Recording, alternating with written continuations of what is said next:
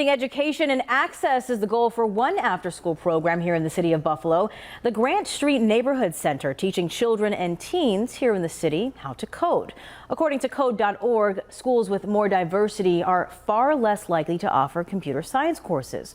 Only 27% of schools across the nation are teaching computer-based classes when minority enrollment is above 75%. Here in Buffalo, minority enrollment accounts for more than 80% of the student population. And new tonight at 11, our Jocelyn Person introduces us to the community leaders behind the coding course and turning the mic over to the students who say that it is their responsibility to bridge the disparity gap within the computer science field. In your class, and what are you going to do? Succeed. Martina Scott is a grandmother to 15-year-old Ethan Brown, who came to Push Buffalo, located on the west side, to learn about coding, computer programming. They're not educated enough about it in school. They're not taught, even the parents. We don't really know a lot about it, except for what we see in technology. And now I was surprised at the things that I learned, that it had dealt with the robotics stuff, and that the field of the job is dynamic.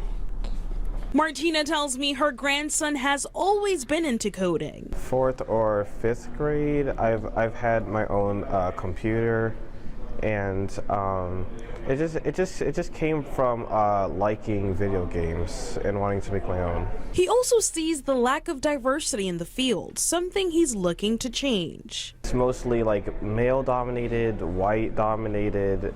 I wish it was more diverse. I always wished it was more diverse. If we do it, we can encourage more women doing it. I've always liked working in computers and technologies, and like we know, AI is doing very well in the future. So I know if I do it, I'll have a very great job in the future. Sometimes you have to pay for stuff to learn, but here, like you can have it like free. And this is all happening with the help of UB Professor of Computer Science, David Jackson. All of the students will make their own apps, and these apps will incorporate artificial intelligence and machine learning.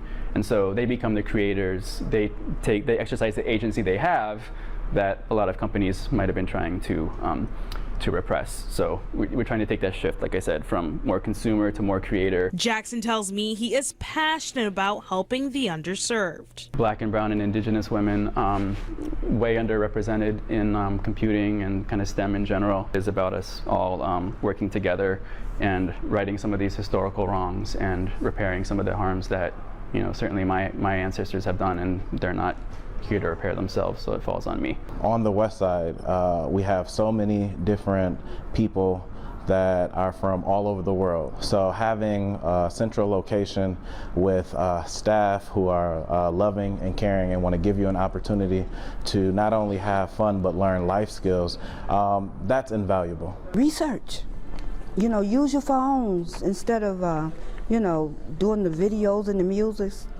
Get some education. Get that phone and start learning about coding. In the West Side, Jocelyn Person, 7 News.